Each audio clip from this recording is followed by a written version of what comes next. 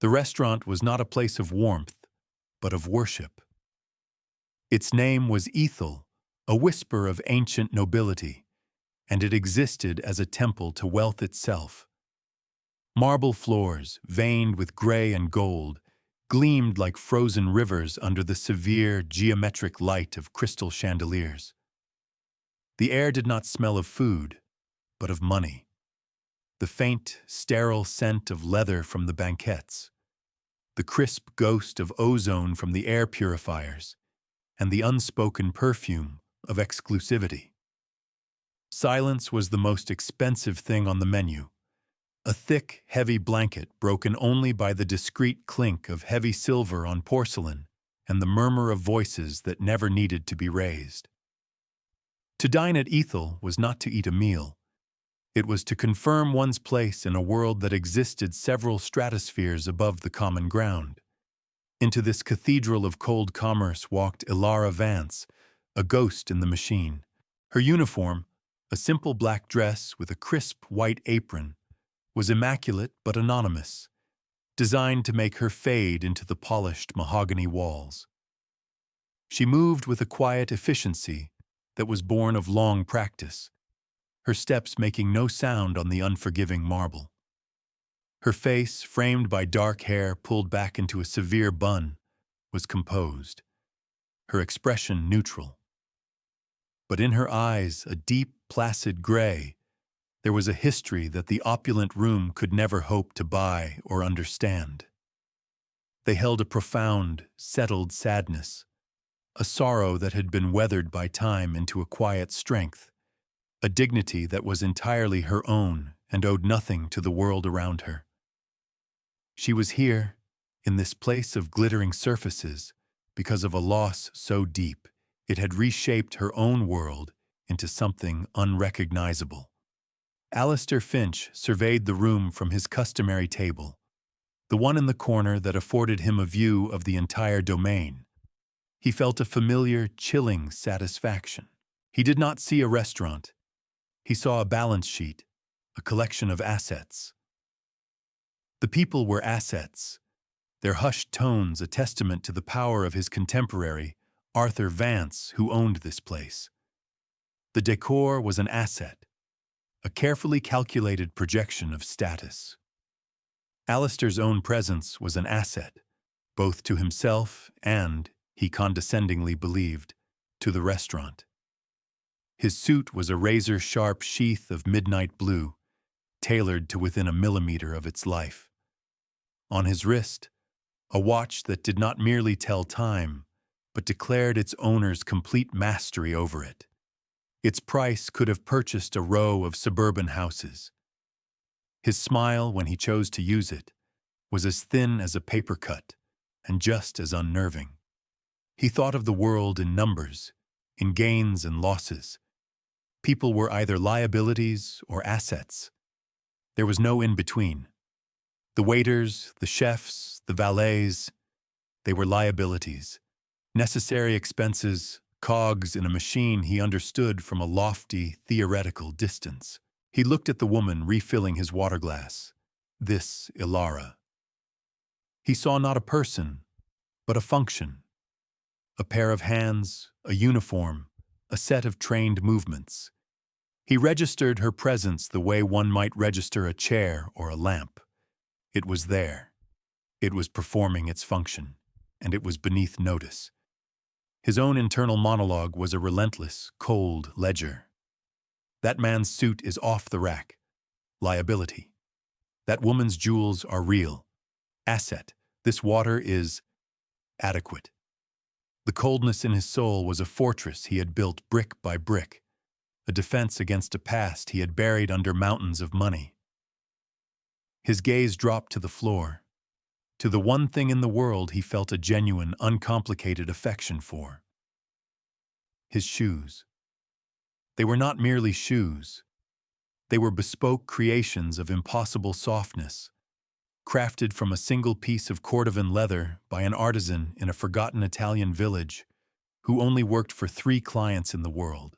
They were dyed a shade of oxblood so deep it was almost black, polished to a liquid sheen that reflected the cold, crystal light from above.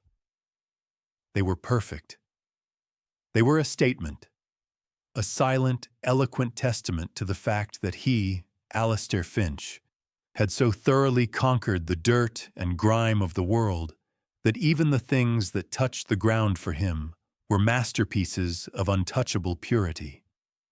They were his armor against the memory of mud-caked boots and the shame of his father's worn-out soles.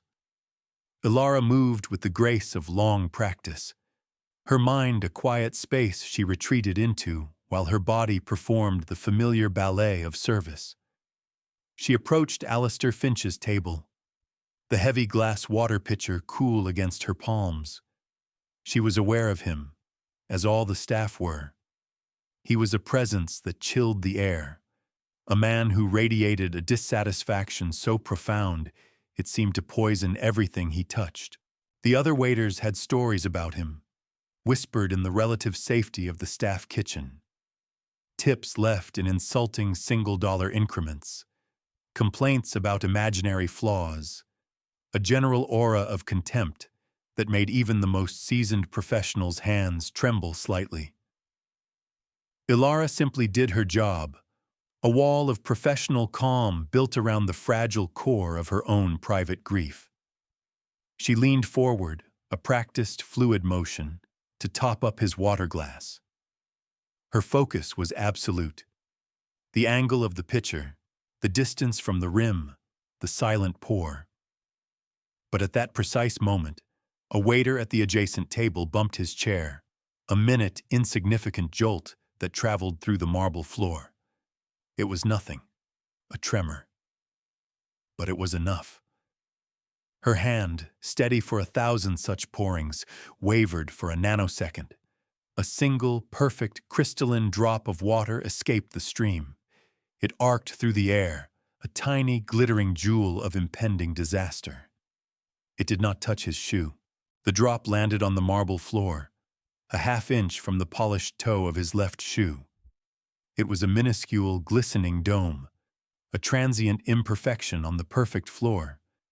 It would have evaporated in moments, a non-event, a forgotten stray particle of moisture in a world full of them. But Alistair Finch saw it. His eyes, the color of a winter sky, narrowed. He did not see a drop of water.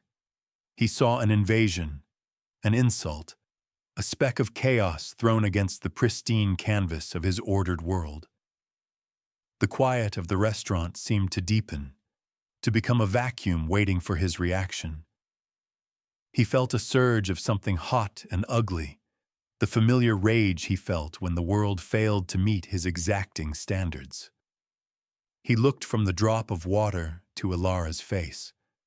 Her expression was one of faint, professional alarm, the look of a competent person who has just witnessed a minor, correctable error.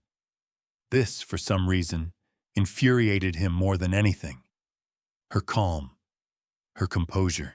It was as if she didn't understand the gravity of her transgression. She had threatened the perfection of his shoe.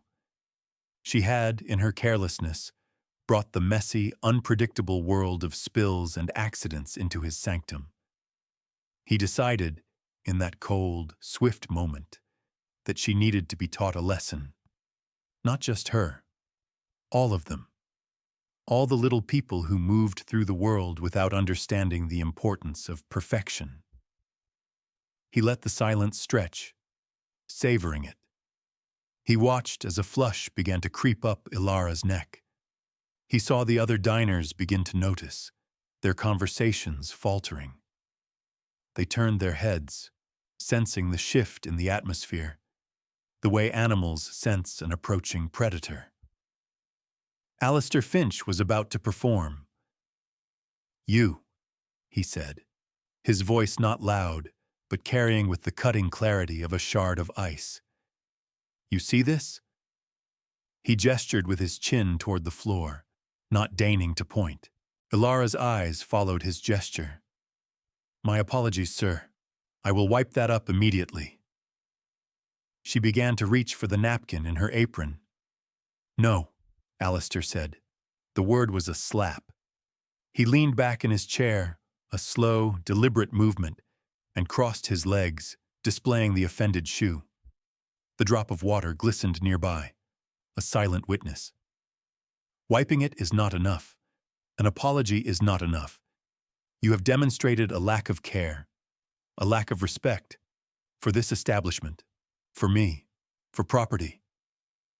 He let his gaze sweep the room, including the other diners in his grand indictment. He saw the flicker of confusion in Ilara's eyes, the dawning horror in the faces of the nearby patrons. Some of the younger, brasher men at a nearby table, sycophants who orbited Alistair's sphere of influence, began to snicker. They smelled blood in the water. Alistair smiled his thin, cruel smile. He had his audience. "I believe in teaching moments," he announced to the silent room. "I am a generous man. I believe in reward for services rendered." He reached into his jacket and pulled out a money clip. It was solid platinum, and the wad of bills it held was thick with the highest denominations. He peeled off a single bill, then another, and another, until a small, potent stack lay on the table. $10,000. A year's salary for someone like her, he mused. "I will make you a proposition," he said, his voice dripping with condescending magnanimity. "My shoe has been distressed by your carelessness. It has been made to feel unclean." He paused, for dramatic effect. "I want you to clean it." The room was utterly still. The only sound was the faint hum of the air conditioning. "But not with a cloth," Alistair continued, his voice dropping to a conspiratorial whisper that everyone could still hear. "With respect, with devotion. I want you to kneel down and lick that drop of water off the floor. And then, as a sign of your renewed commitment to excellence, I want you to place a single, reverent kiss upon the toe of my shoe." A collective, silent gasp seemed to suck the air from the room. The snickering from the nearby table died, replaced by wide-eyed disbelief. This was beyond a cruel joke. This was a public dissection of a human being's dignity. "Do that," Alistair concluded, tapping the stack of money with a manicured finger. "And this is yours, a tip to remind you of the value of true service." He leaned back, his face a mask of triumphant arrogance, a king demanding a grotesque tribute from a conquered subject. He had set the stage. He had made the challenge. Now he would watch her break. Ilara stood frozen, the water pitcher still in her hand. The weight of it seemed immense, an anchor pulling her down. Every eye in the room was on her, 100 pairs of lasers pinning her to the spot. She could feel their gazes as physical things. The pity, the morbid curiosity, the faint, cruel amusement. The world had shrunk to this single obscene tableau, a billionaire, a waitress, and an impossible choice. Her first instinct was a tidal wave of shame so powerful it threatened to drown her. It washed over her, hot and suffocating. To be brought this low, to be made a spectacle in a room full of strangers. The words echoed in the cavernous silence of her mind. "Lick it clean. Kiss the shoe." It was a command from a nightmare, a scene from some depraved historical drama, not something that happened in the 21st century, in a civilized city, in a restaurant like this. Alistair Finch watched her, his eyes gleaming with a cold, predatory light. He saw the flush on her cheeks, the slight tremor in her hand. He savored it. This was power. Not the abstract power of moving markets or acquiring companies, but the raw, visceral power of bending another human will to his own. He felt a thrill, a godlike sense of control. He had reduced this woman, this anonymous cog, to the sum of her desperation. He was certain she would do it. In his world, Everyone had a price, and he had just named hers. $10,000 was more than she was worth, but the performance would be priceless. But then, something shifted. As Alara looked at the man before her, at his smug, expectant face, the shame began to recede, replaced by something else. It was a cold, quiet anger, an anger she had not felt in years. It was not a hot, explosive rage, but a deep, glacial fury. Who was this man, to think he had the right? To think his money could purchase a piece of her soul? She had endured too much, lost too much, to be broken by a petty tyrant in an expensive suit. She thought of her late husband, a good man, a kind man, who had died too young. She thought of her daughter, Lily, whose laughter she could now only hear in dreams. She had survived the obliteration of her world. She had rebuilt a life from the ashes, a quiet, simple life, but one that was hers. Her dignity was one of the few things she had carried with her from the wreckage. It was not for sale. A quiet determination settled over her, a strange, unnerving calm. She would not run. She would not cry. She would not give him the satisfaction of a scene. She looked him directly in the eye, her gaze clear and unwavering. For the first time, Alistair felt a flicker of uncertainty. There was something in her eyes he had not expected. Not fear, not greed. It looked almost like pity. Slowly, deliberately, Alara placed the water pitcher on a nearby service stand. She smoothed her apron. Then, to the astonishment of everyone in the room, she took a small step forward and began to lower herself to her knees. A collective sigh, a gasp of horror and fascination, rippled through the onlookers. The men at the nearby table leaned forward, their eyes wide. Alistair's smirk returned, wider and more triumphant than before. He had won. He had broken her. He had proved his point. Money was the universal acid. It dissolved everything. Dignity, pride, self-respect, all of it. She knelt on the cold marble, her back straight. She did not look at him. She looked at the floor, at the polished toe of his shoe, at the single glistening drop of water beside it. The room held its breath. Time seemed to stop. This was the moment. The ultimate humiliation. The final surrender. Her head lowered. That is quite enough. The voice was not loud, but it cut through the thick, expectant silence like a diamond blade through glass. It was a voice accustomed to command, a voice that carried the effortless weight of true authority. It was calm, measured, and colder than the marble floor. Every head in the room swiveled towards the source. Standing by the entrance to the main dining room was a man in his late 50s, his silver hair impeccably styled. He wore a simple, dark suit that was nonetheless more impressive than Alistair's flashy tailoring. It was Arthur Vance, the owner of Ethel. He was a legend in the city, a man who had built an empire not with hostile takeovers and cruel theatrics, but with quiet competence, impeccable taste, and a reputation for unshakable integrity. He walked towards Alistair's table. He did not hurry. His every step was deliberate, measured, and filled with a gathering thunder. The other diners shrank back in their seats, suddenly feeling like intruders in a private war. The atmosphere of morbid entertainment had evaporated, replaced by a sense of impending doom. Arthur Vance did not look at Alistair. His eyes were fixed on the kneeling figure of Alara. His face, usually a mask of polite neutrality, was now a study in controlled fury, a deep, protective anger that was more terrifying than any shouting could ever be. He reached the table and stopped.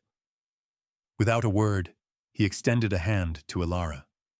She looked up at him, and in her eyes he saw not shame, but a deep, weary pain. She took his hand, and he gently, firmly helped her to her feet. He kept her hand in his, a silent public gesture of support and possession. Only then did he turn his gaze upon Alistair Finch. Alistair, for the first time in a decade, felt a genuine pang of fear. He was no longer the king in his court. He was a trespasser, caught in the act by the true sovereign. He started to bluster, to try and regain control. "Arthur," he began, trying for a tone of casual camaraderie. "Just a bit of a misunderstanding. Your waitress was a little careless. I was just—" Arthur raised a hand, and Alistair's words died in his throat. "I heard what you said, Alistair," Arthur said, his voice dangerously quiet. "The entire room heard what you said. You demanded that this careless waitress lick your shoe." He paused, letting the ugly words hang in the air. Then he looked down at Alara, who stood beside him, her hand still in his. He brought her hand up to his lips and kissed her knuckles, a gesture of profound respect and affection. Then he looked back at Alistair Finch. The power dynamic of the entire universe seemed to shift in that single, silent moment. The smirking billionaire, the kneeling waitress, the powerful owner. The pieces were all there, but they had been violently rearranged into a new, shocking picture. "Alistair," Arthur Vance said, his voice as cold and clear as the drop of water on the floor. "I have 2 questions for you. First, what in God's name do you think you are doing? And second—" He paused, drawing Alara slightly closer to his side. "What do you think you are doing to my wife?" The last 2 words were not shouted. They were spoken with a quiet, lethal precision. They detonated in the silent room with the force of a bomb. "My wife." A wave of shock, pure and unadulterated, crashed over the room. There were gasps, stifled cries, the sharp clatter of a dropped fork. The sycophants at the next table looked as if they had been struck by lightning, their faces a comical mask of horror. All color drained from Alistair Finch's face. His triumphant smirk froze, cracked, and crumbled into a grotesque rictus of disbelief. His mind, usually a swift and ruthless calculator of advantage, simply short-circuited. It was an impossibility, a data point so far outside the realm of his understanding that his entire operating system crashed. Waitress. Wife. The 2 words collided in his brain, refusing to coexist. He looked at Alara, truly looked at her for the first time. He saw not the uniform, but the woman. He saw the quiet dignity he had mistaken for weakness. He saw the profound love and protectiveness in Arthur Vance's eyes as he looked at her. He saw the platinum wedding band on her finger, a detail he had been too arrogant, too dismissive to ever notice. The power had not just been inverted, it had been annihilated. He was no longer a king tormenting a peasant. He was a fool who had tried to publicly humiliate the queen in her own husband's castle. The stack of money on the table suddenly looked tawdry, obscene, a monument to his own spectacular miscalculation. The gleaming, perfect shoe he had been so proud of now felt like a lead weight, a symbol of his grotesque vanity. He was exposed, utterly and completely, in a way that money could not fix. Someone in the room, a young woman at a distant table, had been recording the entire incident on her phone. She had started filming when Alistair had made his cruel challenge, thinking it was some kind of shocking social experiment. Now, with the devastating reveal, her hand trembled as she hit the stop button and with a few taps uploaded the clip. She titled it, "Billionaire Alistair Finch demands waitress lick shoe, gets royal surprise." Before Alistair could even form a coherent thought, the digital world moved faster than he ever could. The video, raw and undeniable, blazed across social media. It was a perfect storm of outrage, class arrogance, public humiliation, and a shocking twist ending. The algorithm, a beast that feeds on drama, seized it. Within minutes, it was trending. Hashtags were born. Hashtag Finch's fetish, hashtag Lickgate, hashtag the owner's wife. Alistair's phone, sitting innocently on the table beside the pile of money, began to vibrate. A single text, then another. Then it began to buzz incessantly, a frantic, angry hornet trapped under the glass. It was his public relations team. It was his board members. It was the lead banker on the massive multi-billion-dollar merger he was set to close the next day. The vibrations were the death rattle of his reputation. Across the room, a distinguished older woman who was a renowned society columnist, known for her sharp wit and even sharper pen, slowly closed her notebook. She had been dining alone, observing the city's elite in their natural habitat. She had just been handed the biggest story of her career on a silver platter. She did not need to check her phone. She could feel the tectonic plates of the city's social strata shifting right there in the room. Her piece was already writing itself in her head, a scathing elegy for the age of the arrogant tycoon and a coronation for the quiet dignity of the woman in the simple black dress. Arthur Vance ignored the buzzing phone. He looked at Alistair's ashen face with something that wasn't triumph, but a cold, clinical disappointment. "You have made a grave error, Alistair," he said, his voice still low. "Not just because you insulted my wife, but because you have shown everyone exactly who you are." He then turned to the restaurant's manager, who had been hovering helplessly nearby. "Monsieur Dubois," Arthur said, his tone shifting back to one of command. "Please present Mr. Finch with his bill, all of it, and then please escort him from my restaurant. He is no longer welcome here." The humiliation was complete. It wasn't a shouting match or a brawl.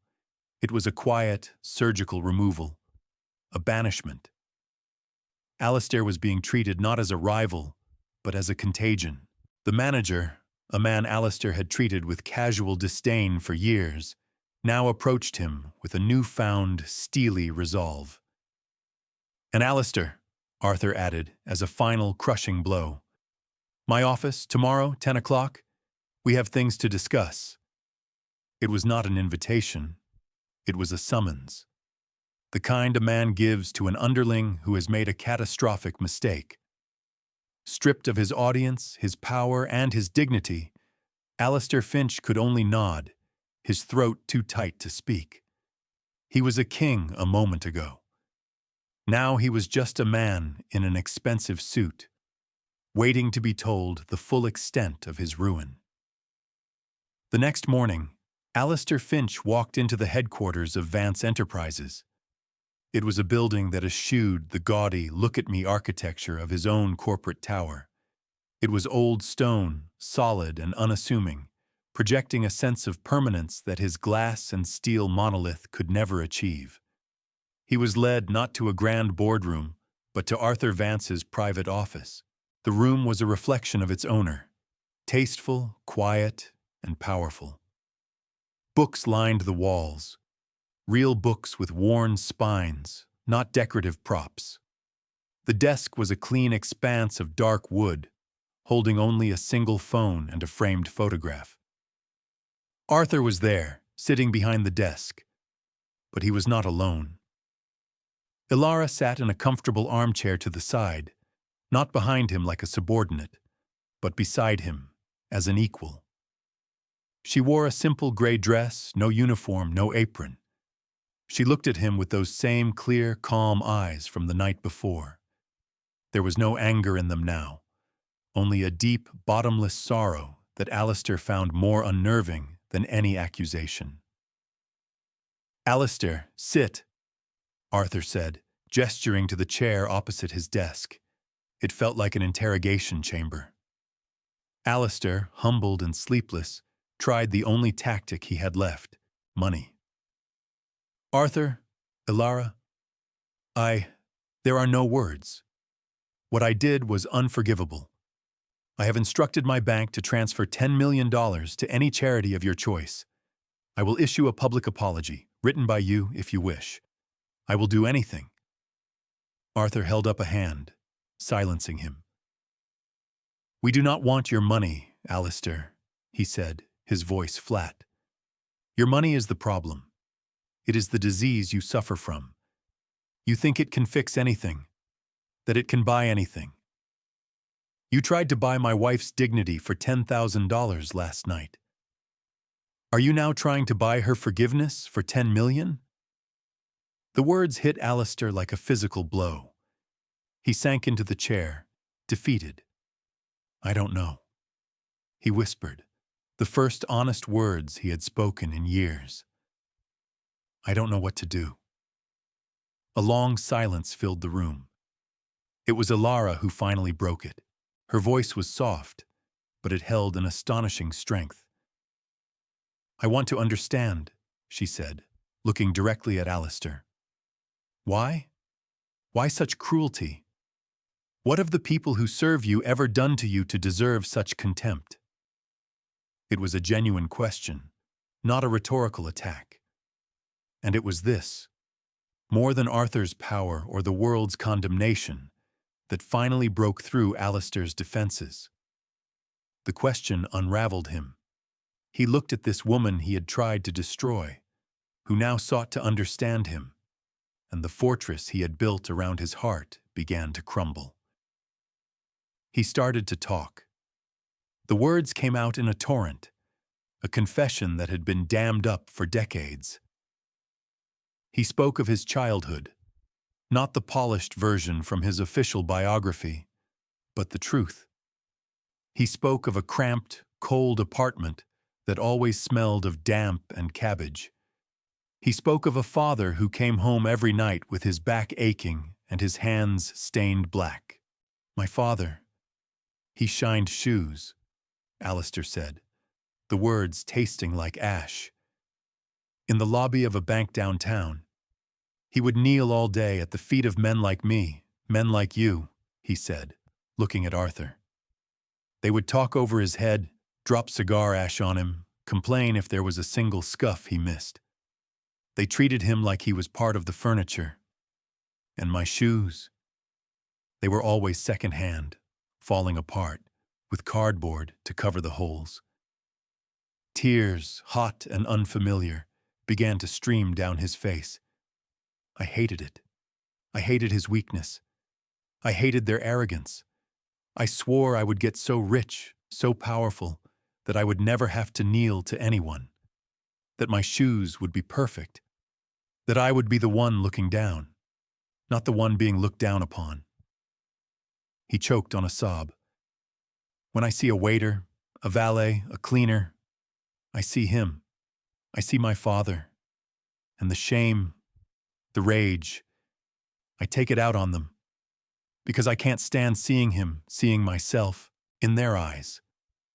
He had built his entire identity as a rejection of his father, yet he had become a twisted, monstrous version of the very men his father had served. The irony was suffocating. The room was silent again, the air thick with his raw, ugly confession. Arthur and Ilara listened without interruption, their faces unreadable. Then Ilara spoke again, her voice gentle but firm.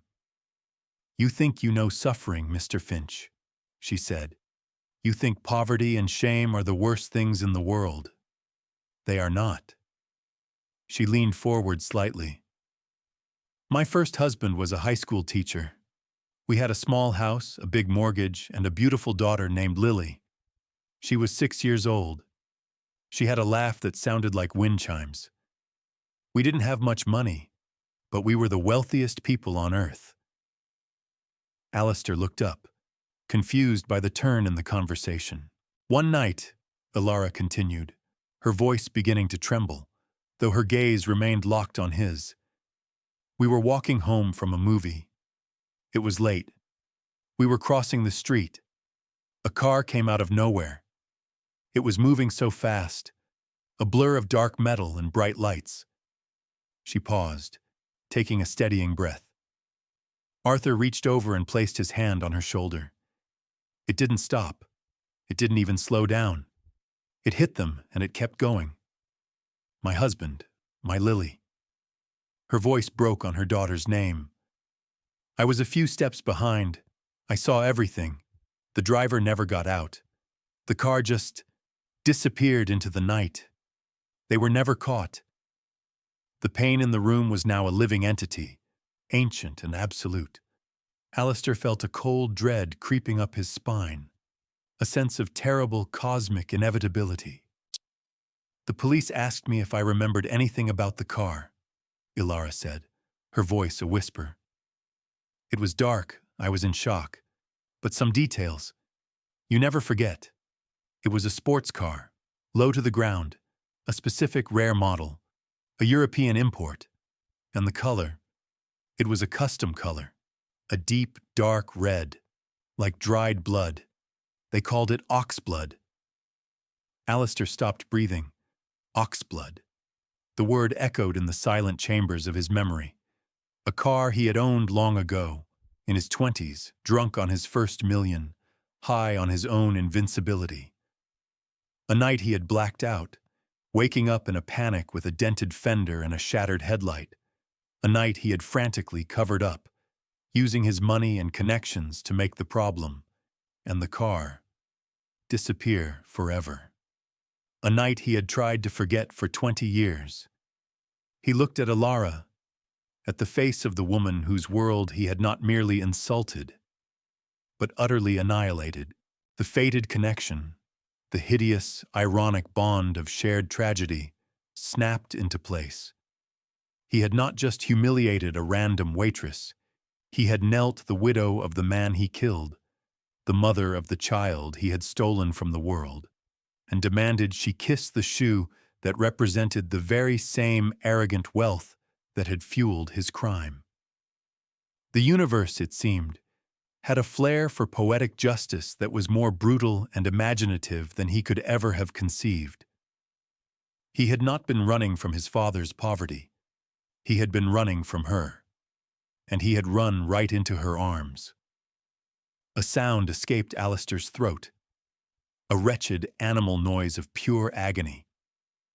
It was the sound of a man's soul breaking apart.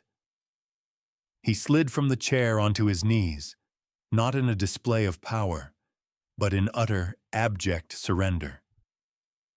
He was on the floor, weeping.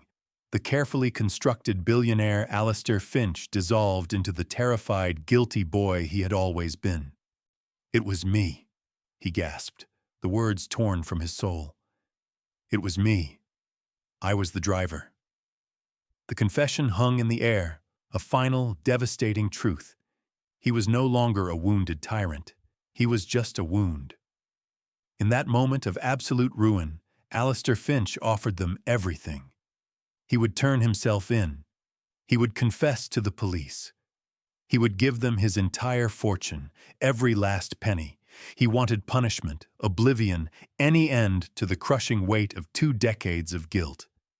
He wanted them to take their revenge. But as he knelt there, a broken man on the floor of their office, he looked up and saw not hatred in their eyes. He saw something far more complex, far more devastating. He saw pity. Arthur and Ilara did not want his ruin. They had seen enough ruin. They did not want revenge. Revenge would not bring back a husband or a daughter. It would not heal a wound that deep. They wanted something more, something harder. They wanted meaning. "Getting up, Mr. Finch," Ilara said, her voice steady, pulling him out of the abyss of his self-pity. "Kneeling is easy. We have had enough of kneeling." Slowly, shakily, Alistair rose to his feet. He felt stripped bare, exposed, but for the first time, The burden on his chest felt a fraction lighter, as if naming the demon had robbed it of some of its power. "Your money is tainted, Alistair," Arthur said, his voice no longer cold, but thoughtful. "It is the product of a life built on a terrible secret. Giving it away is not atonement. It is simply another transaction. Atonement requires work. It requires change." And so they laid out their choice. Not ruin, but redemption. A path that would be far more difficult, far more demanding than a prison sentence or financial collapse. He would not go to the police. The statute of limitations had long passed, and a legal battle would only reopen old wounds for public spectacle. Instead, his confession would remain between the three of them, a shared, terrible secret that would now be the foundation for something new. He would use his fortune, all of it, to create a charitable foundation, a grand, public act of atonement. It would be called the Lily Foundation, in honor of the daughter he had taken from the world. Its mission would be twofold. First, it would provide comprehensive support for families of victims of reckless driving, financial, legal, and psychological. Second, it would fund scholarships for underprivileged children, giving them the educational opportunities he and his father had never had. It would fight the two demons that had defined his life, the consequences of his arrogance and the roots of his shame. And then came the final, most important condition, the symbol of his complete surrender and her complete vindication. "You will not run this foundation, Alistair," Arthur stated.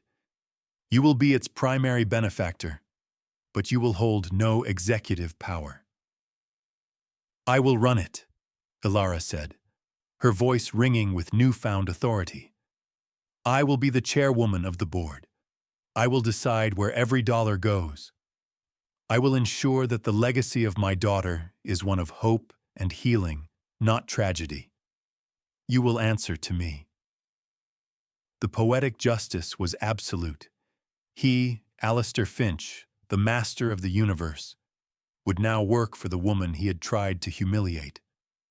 Her name would be on the letterhead. His would be a footnote in the financial statements. His wealth would become the engine for her purpose.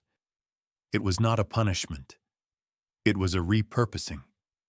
A transformation of something toxic into something that could heal.